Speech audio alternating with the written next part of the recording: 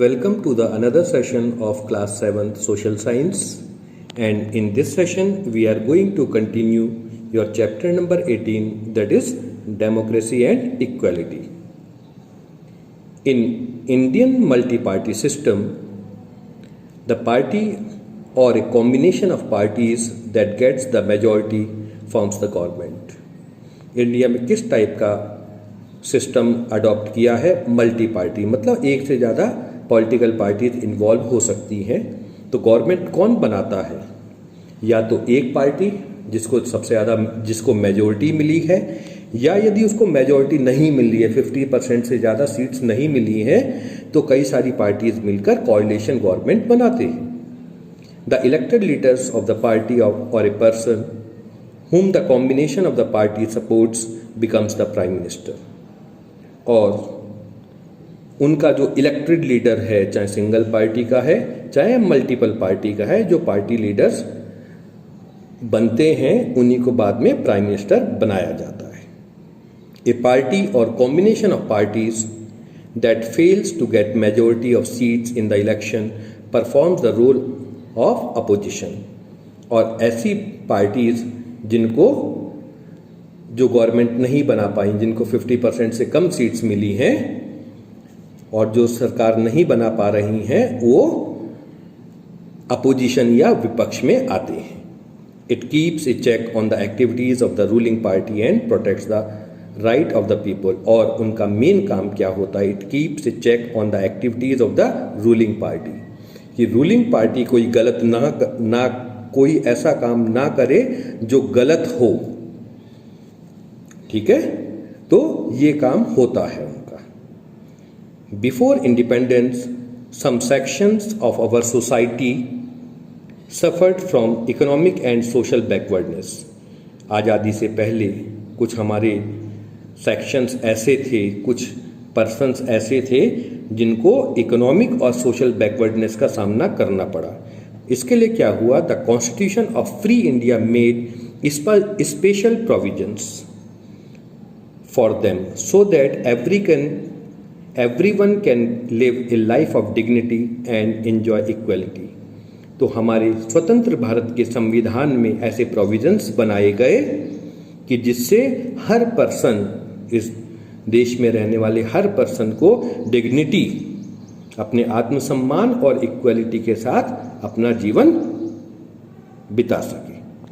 It has interested in the government with the responsibility of providing social, economic and political equality to all as a necessary condition for the successful working of Indian democracy। ये government का काम है और ये government की responsibility भी है of providing social, economic and political equality to all persons, कि वो अपने कंट्री में रहने वाले हर पर्सन को सोशली भी, इकोनॉमिकली भी एंड पॉलिटिकली भी इक्वलिटी प्रोवाइड करें। As you know the preamble grant us the equality of status and opportunity. जो हमारे कॉन्स्टिट्यूशन का प्रिम्बल है वो हमें दो चीज़ें देता है, बिल्कुल क्या? Equality of status and opportunity. आपका स्टेटस भी इक्वल होगा और आपको किसी भी काम करने की अपॉर्चुनिटी जितनी दूसरे को मिल रही है उतनी आपको भी मिलेंगी। Our constitution also gives us the right to equality. और हमारा कॉन्स्टिट्यूशन हमें राइट टू इक्वलिटी देता है। और इसके the main provisions of the rights are, number first, all citizens are equal before the law. इस देश में रहने वाला हर एक नागरिक, उसको समान अधिकार हैं। Discrimination on the basis of religion, caste, gender और place of birth is prohibited. किसी भी तरीके से, चाहे वो किसी भी रिलीजन का रहने वाला हो, किसी भी कास्ट को मानने कास्ट का हो, किसी भी जेंडर का हो, मेल हो, फीमेल हो, या कहीं भी उसका जन्म हुआ हो, उसमें किसी के साथ भी कोई भेदभाव नहीं किया जाएगा। Everyone is entitled to equal opportunities in all walks of life। हर एक पर्सन को समाज में पूरी अपॉर्चुनिटीज मिलेंगी। And the law gives equal protection to all. और लॉ हर एक पर्सन को पूरी प्रोटेक्शन देगा। ये किस में लिखे हुए? राइट टू इक्वलिटी में लिखे हुए, बहुत इंपॉर्टेंट है। But does everyone enjoy equality in all spheres of life even after nearly 70 years of independence? तो क्या आज 70 साल इंडिपेंडेंस के कंप्लीट हो गए, क्या हर एक को इक्वलिटी मिली है? Unfortunately the answer is no. बहुत दुर्भाग्य की बात है कि इसका आंसर आज भी नहीं में है, सबको इक्वलिटी नहीं मिल पाई है। It is quite common to see thousands of people struggling for equality. ये बड़े दुर्भाग्य की बात है कि आज भी हमें हजारों लाखों लोग ऐसे मिल जाएंगे जिन्हें इक्वलिटी का अधिकार आज तक नहीं मिला है। Let us see what this means by reading the 2 stories given next. और ये सब चीजें हम अगले आने वाली 2 स्टोरीज में पढ़ेंगे। पहली स्टोरी किसके बारे में? शेखो के बारे में है, जो एक रैग पिकर है, कूड़ा बीनने वाली लड़की है। इसका नाम है Shekho. Shekho is a 10 years old boy, लड़का, 10 साल का लड़का है। He picks up rags from the garbage every morning from 4 to 8 when half the population of the city is still sleeping. वो सुबह 4 बजे से 8 बजे तक कूड़ा बीनने का काम करता है। उसमें कुछ प्लास्टिक कचरा वगैरह निकालता है। और किस समय कर रहा है? सुबह 4 बजे से, जब आधी से ज़्यादा जनता सोई रहती है। After that he works at his father's cycle repair shop till late in the evening. और उसके बाद भी वो उसके पिताजी की एक दुकान है जहाँ पे वो साइकिल की रिपेयरिंग का काम करते हैं, वहाँ काम करता है। He wants to go to the school, laugh and play like other children, but he is always working. वो भी आप जैसे दूसरे बच्चों की तरह स्कूल जाना चाहता है, खुश रहना चाहता है, खेलना चाहता है, पर मजबूरी है, उसे सारे दिन भर काम ही करना पड़ता है। Shekho's parents have also been granted the right to vote, but they do not enjoy the equality of working conditions. उसके पेरेंट्स को भी इक्वल राइट मिला हुआ है वोट करने का, बट उसे इक्वलिटी नहीं मिली। कैसे नहीं मिली? जैसे आप हैं, आप स्कूल जाते हैं, खेलते हैं, घर पे रहते हैं, है ना, पर वो सारे दिन काम करता है, तब वो अपने 2 वक्त की रोटी का जुगाड़ कर पाता है। Hence, they are unable to fulfill the basic necessities of their family, that is food, shelter and clothing.